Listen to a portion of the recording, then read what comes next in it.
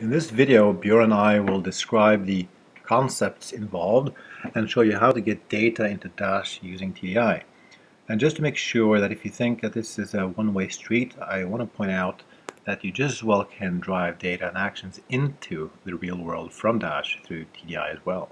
However, this video will only cover getting data into Dash. With TDI, you have access to a huge amount of connectivity, formats, and transformational capability. You have full access to JavaScript at all stages of the pipelines, and you can also call into existing Java libraries whenever you need to. You will observe that the flexibility is so great that there are often multiple ways to achieve a specific requirement. This is great for a person with development experience, but it can be a little bit frustrating for those that start out with TDI with no coding experience. However, despair not. We'll make it simple and show you how to get going, while also showing the experienced developer that there is great depth and breadth to exploit past examples that we show in this video. Here's the agenda for this video so that you at a later time can skip directly to what you need a refresher on. After a bit of overview and architecture, we'll quickly get to making a simple solution that puts data into a Dash widget. Then we'll dig deeper into the piece that really makes this a great tool for Dash. You can add what we call helper assembly lines that customize the widget experience, such as how to drill into details from a higher level, or launching new tasks based on content in the widgets, and even drive real-time events into the widget and update the data dynamically. Finally, we'll spend time on the TDI debugger. This is a tool that you'll find invaluable when things don't work exactly the way you want it. The debugger is integrated right into the development environment and lets you step through the assembly lines even when they are invoked from Dash, so that you can look at a system while users are working with the widgets. For example, if a user clicks on something in the widget, you can sit in the TDI Eclipse environment and freeze that widget while you inspect what has happened, make modifications to data, and then let TDI continue and return data to the widget. Okay, first a short overview of what TDI is. If you know TDI well, then there's nothing new in this next section for you, and you can safely wind forward past the next 5 slides until the data provider architecture slide. TDI is used in more than 20 products and platforms across IBM for all sorts of integration purposes, ranging from driving data into Cognos for analytics, through real-time integration of tickets across help desk systems, to master data management in the identity and security space. The name does confuse many, but the word directory indicates what it's sold for, natively now the security organization. However, it's a completely generic integration tool that has no dependencies on directories. It's just particularly good for that purpose. The core value is to reduce the cost of gluing applications to the specifics of the infrastructure it's going into. Products just can't be designed to deal with everything, just like Dash. It needs to leverage other technologies for the richness and complexity of the world around us. And with TDI, product teams can spend more time on the core value proposition of their product, while the service teams, business partners, and customers will experience lower time and risk in their deployment process. TDI has been described as the Swiss Army knife of integration and a enterprise duct tape. Those labels could be seen in a negative light, but those that said those words did intend praise. Now let's move a little into more detail about what TDI is. Get ready for a mouthful. I do agree the title is a bit over the top. However, it is intended that way. Do read it slowly, pause the video if necessary. Every word matters.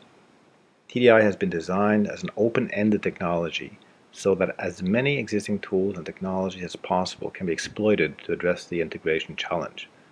It installs in minutes on anything from a Windows laptop to a Linux running on a Z mainframe, and you're touching data within minutes afterwards using the Eclipse user interface.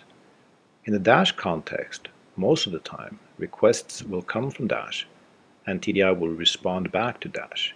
However, TDI can listen to all sorts of requests, such as checking email, reading Twitter feeds, react to SNMP traps, respond to web services or REST calls, and also in a scheduled manner reach out and poll passive systems for data and changes.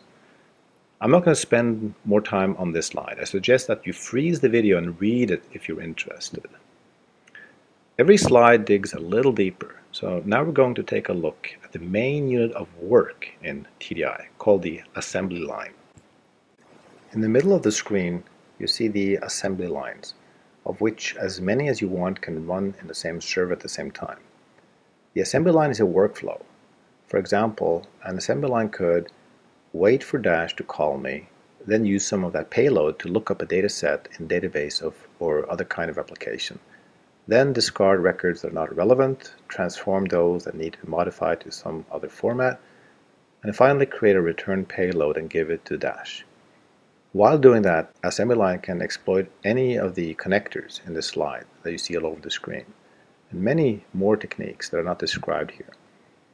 This is also a good time to pause the video and take a look at the richness that TDI provides.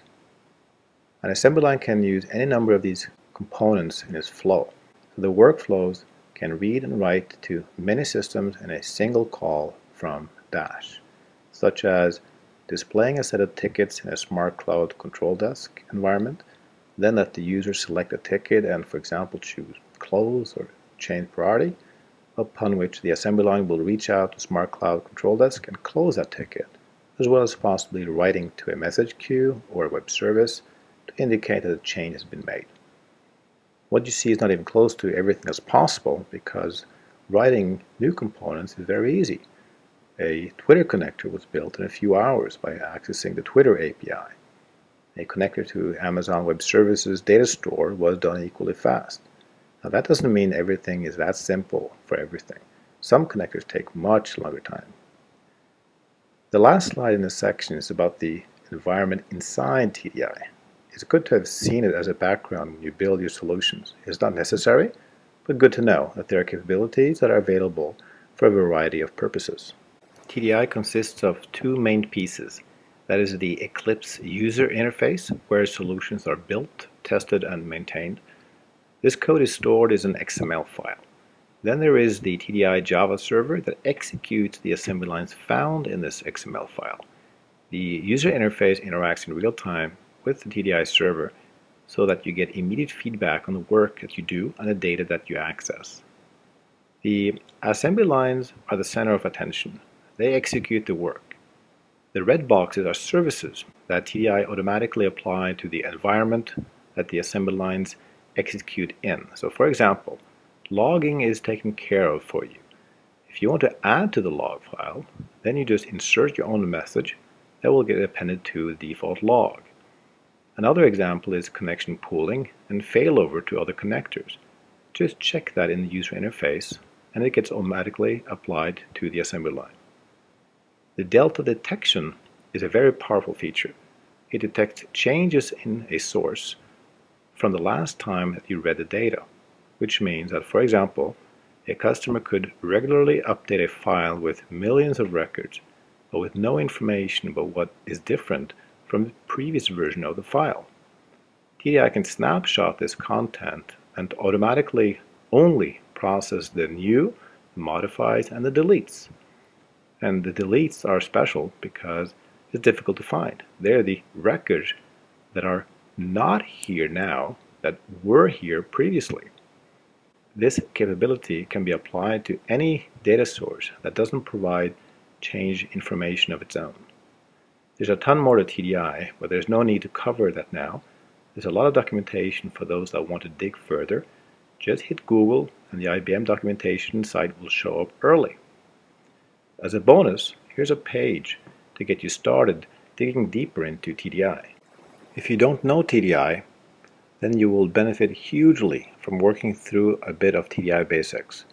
The TDI Getting Started document is an excellent tutorial which is part of the IBM public documentation. A little praise to the author, not me, it's Eddie Hartman. Smart people have told me it's one of the best tutorials I've ever worked through.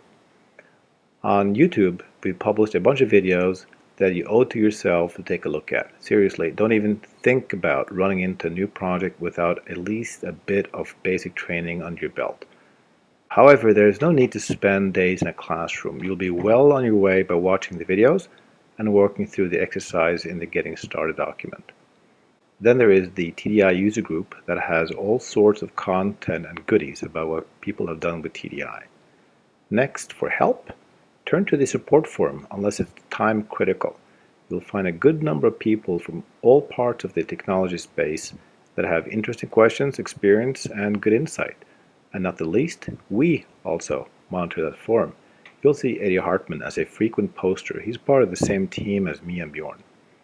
Now, since this is a video, I've posted a human-readable URL at the bottom that will take you to a page that includes all the links on this page. With that, I'll move to the next major section in the video that describes how TDI works with Dash. And after that, we'll create the first data feed into a Dash widget. Now we're finally getting real close to the action. This slide shows a high level of the moving parts in Dash and TDI. There's more detail here than you probably need, but I'm sure it's interesting for some of you.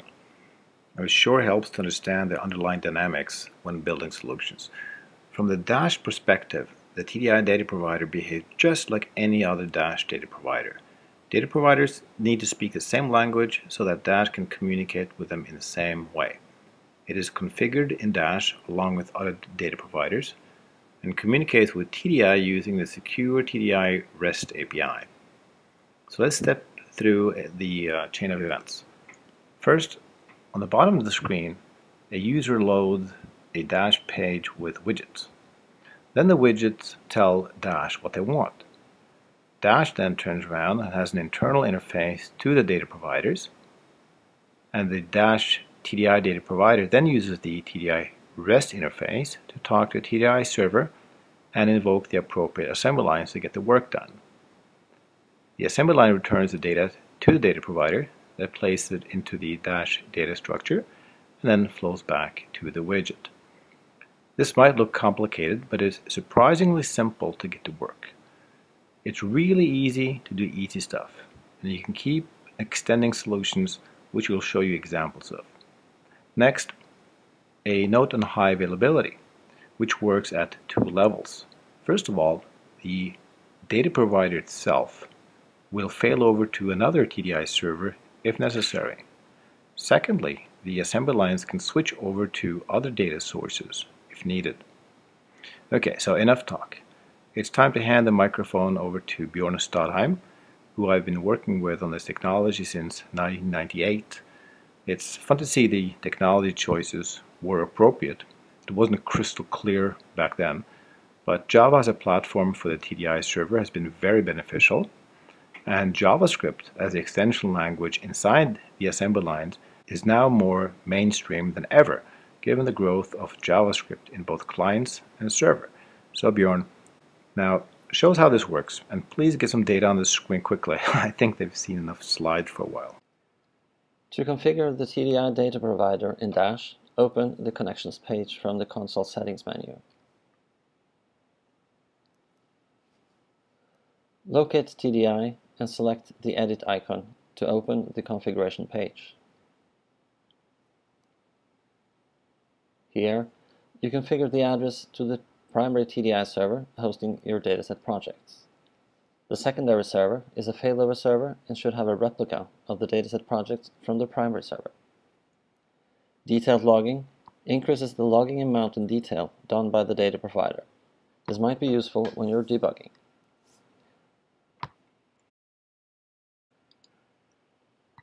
Dataset projects are prefixed with --. The remaining text after dash becomes the data source name. Dataset assembly lines are prefixed with _, and the remaining text becomes the data set names. Click the New Project button and type the project name to create a new project. In this demonstration, I have a project already named --weather. I'm going to create a simple dataset assembly line called ds_weather. This assembly line will read location data from one connector and look up weather information from another connector. The first connector is the form entry connector. This connector reads data from its own configuration and is very useful to generate some arbitrary input without having to read external files or other sources. In the Connections tab, enter the text in the raw data text and choose an appropriate parser. Let's add a script component that prints out what we read to the log. Dump work entry is a predefined script that contains a single line that says task.dump entry. Now let's run it in the console. What we'll see is the assembly line running and the log output it generates. Notice that between start dumping entry and finish dumping entry, you can see the attributes in the work entry. In this case, we have one single attribute named location, and it carries the location value we had entered in the form entry connector and the weather stations connector. Let's add the second connector that reads weather data. This connector is an HTTP client connector where we dynamically change the URL it uses every time it's called. The connector is used in lookup mode in order to map attributes from the connector into the work entry. The connection page contains a dummy value for the URL since we're going to modify it in our link criteria script. We use the JSON parser to parse the payload, and in our link criteria script we are building the URL based on the location attribute in the work entry. As you can see here, we are using the open weather map where we provide work location as one of the variables. From there we map in humidity, temp and weather, and the result should be 4 attributes in the work entry when we run the assembly line.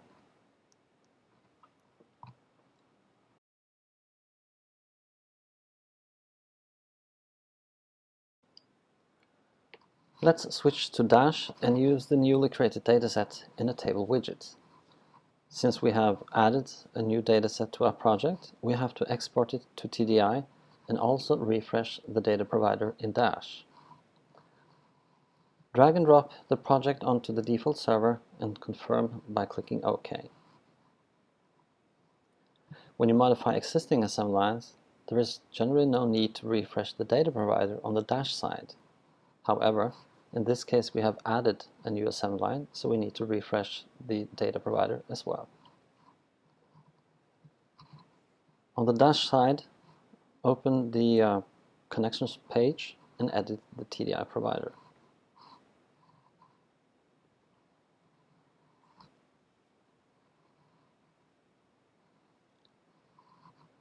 Here you only have to click OK. This will cause the provider to rescan the TDI server to build a list of available datasets. Now let's create a page with a table widget to display the data from the DS weather assembly line. We'll name the page weather.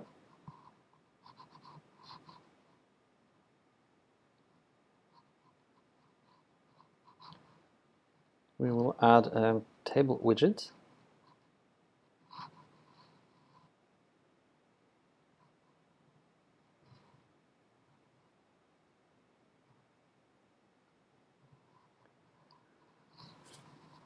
In the edit dialog, you are presented with a list of datasets available to you, and as you can see, there's the data source weather, since we named our project Dash Weather, and there's the weather assembly line or dataset.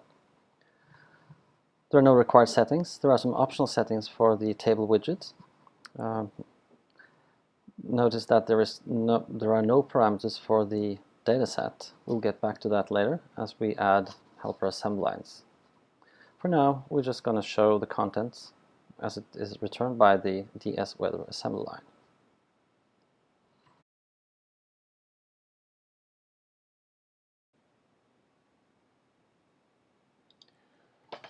The weather dataset returns the temperature in Celsius. The web page we get weather data from can return this in Fahrenheit as well. So how can we make our dataset choose one or the other? This is where dataset parameters come into play. To add parameters to your dataset, you create an assembly line where you define the parameters. That assembly line takes the name of the dataset assembly line suffixed by underscore parameters.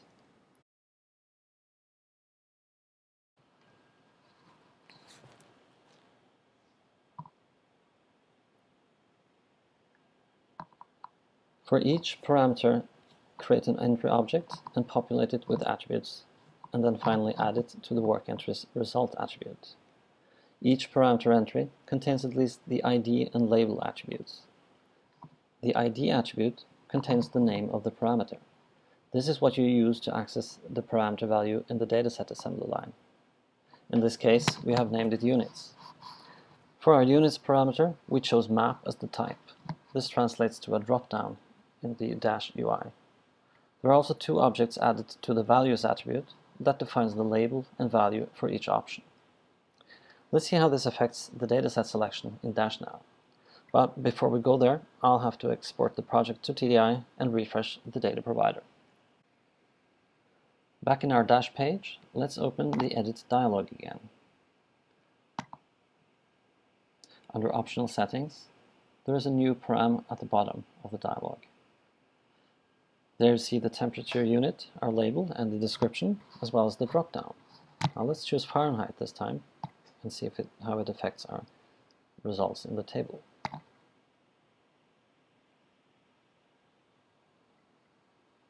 This time we have Fahrenheit displayed instead of Celsius.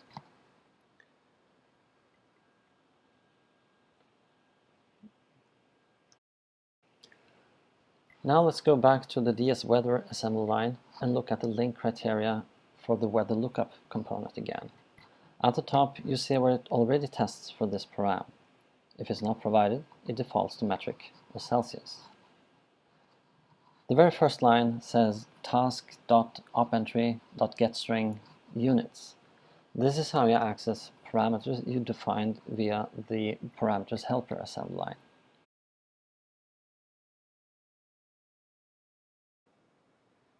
Datasets can be customized by adding helper assembly lines. We have just created the parameters helper, and now I'm going to quickly go through some additional helper assembly lines.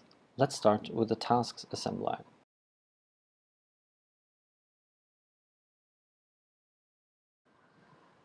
The tasks assembly line is used to define tasks. Tasks typically appear in context menus and widget menus in the Dash user interface. In this example, we're using the location attribute in our dataset to create a URL type task that opens Google Maps with a specific location. In addition, the task assembly line includes a task that opens the main Google Maps website. This part of the script checks the task opentry selection attribute. This attribute, if present, contains values where each value is an entry object that in turn contains the attributes or properties in Dash speak of a selected item. Now let's go back to Dash and see how the new tasks assembly line affects our widget. I'm going to open the weather page. That in turn loads the table with our weather dataset. At the top here there's a toolbar, and in the Actions menu you will see the Open Google Maps action we defined in the assembly line. Clicking this will simply open a new web page with the Google Maps. Now, if I select an item, this action menu will change slightly. You still have the Open Google Maps, but now you also have Showing Google Maps, which contains a URL specific to the selected item. So clicking this now will then open Durham in the Google Maps display. Use the columns helper assembly line to provide more details about the columns in your dataset. Create an assembly line using the dataset assembly line name and append _columns to the name.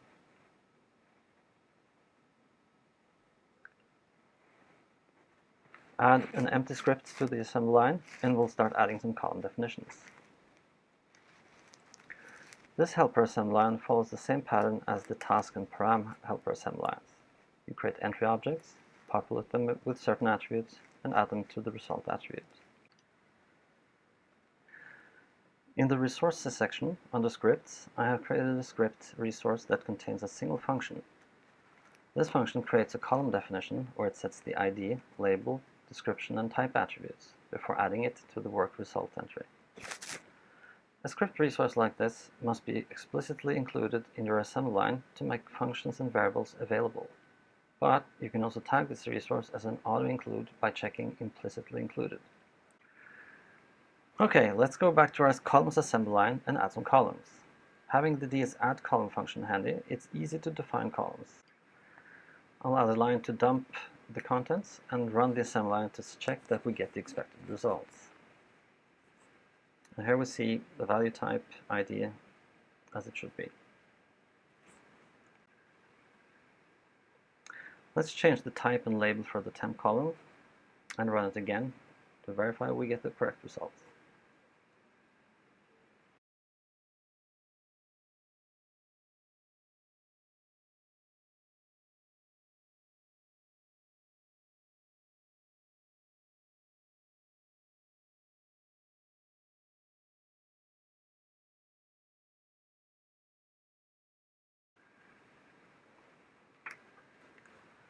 This segment shows how a dataset instance can be dynamically updated with the events helper assembly line.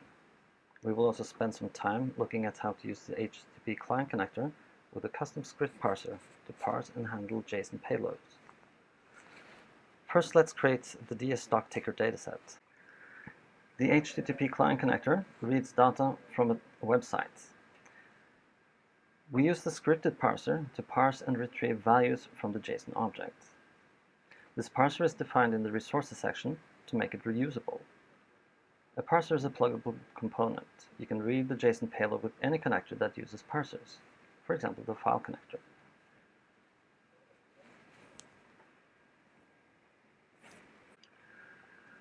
The parser is simple enough. We read the input stream into a string buffer and then use the from_JSON function to convert it to a JavaScript object. The stock data we're interested in is located in the query results quote array. When the assembly line runs, our parser will be called to return the next entry. This is done in the read entry function.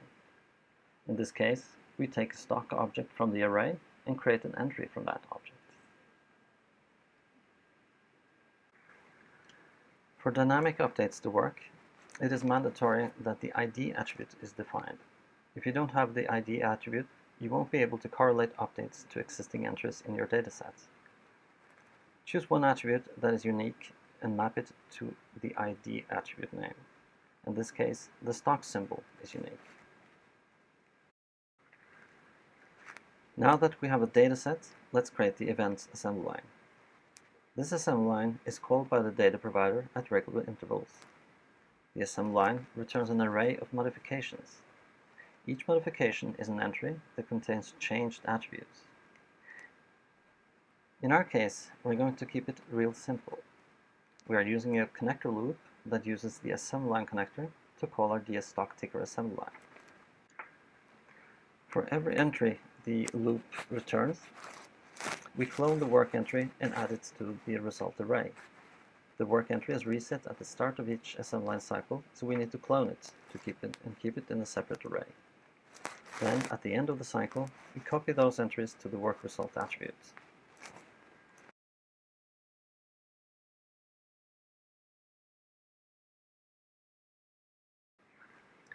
Back in Dash, let's create a page where we use this dataset. Let's call the page stock_ticker. I'll use the familiar table widget.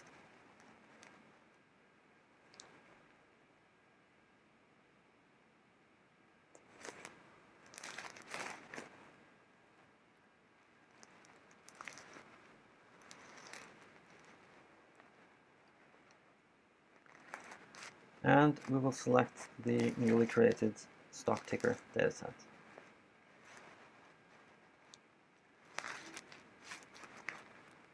Lots of columns in this dataset. We'll just stick to the default and choose everything.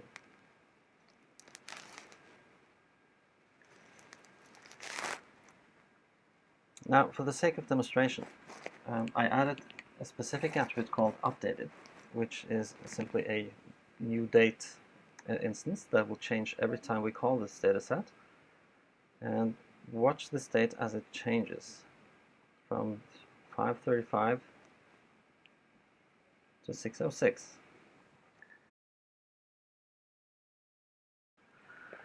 In this example, we'll look at how to handle wired events and how you can add tasks to individual column values. I've created a dataset called stock news that reads the stock feed for a given stock symbol. This assembly line will be called in response to a wire event in Dash, and when that happens, we also get the event properties from Dash. To add a task to an attribute, you must replace the simple value with an entry object with the value and task attributes. For the value attribute, we use the current title value, and the task attribute is set to an object where the URL is taken from the newsfeed's link attribute.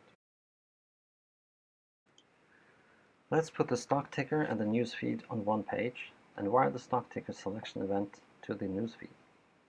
As expected, the newsfeed changes its content in response to a selection event, and the titles are clickable URLs.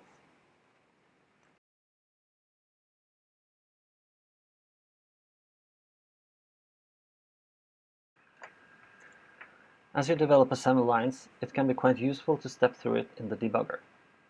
Click the debugger button to launch the debugger.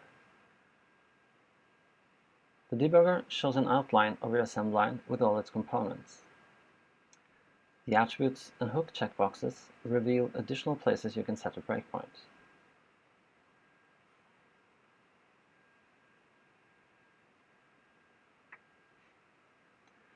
You set breakpoints by checking the item in the outline view.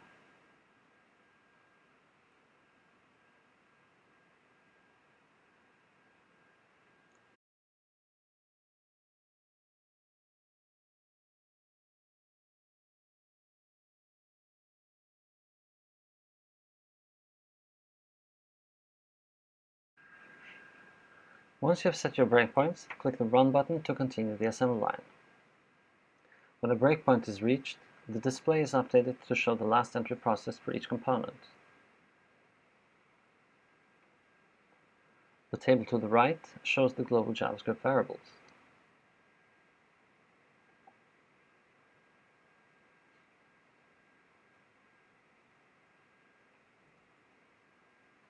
Double-clicking script items will reveal the script viewer where you also can set breakpoints.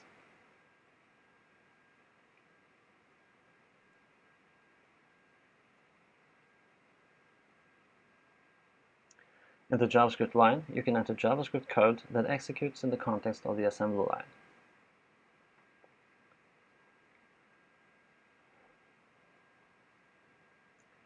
To debug assembly lines started from Dash, you must use the debug server command found by right-clicking on the default server.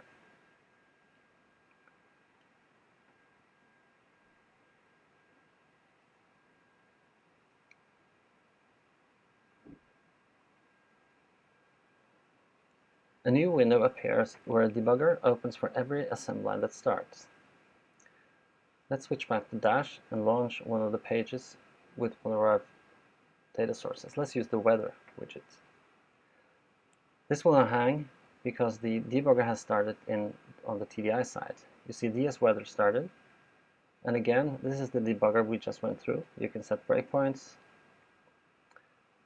you can enter JavaScript statements, set breakpoints in script, etc., etc.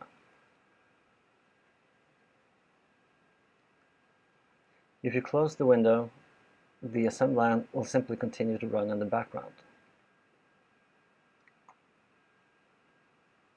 Now notice immediately the DS weather columns appears, because this is the second step done by Dash when it opens a new dataset.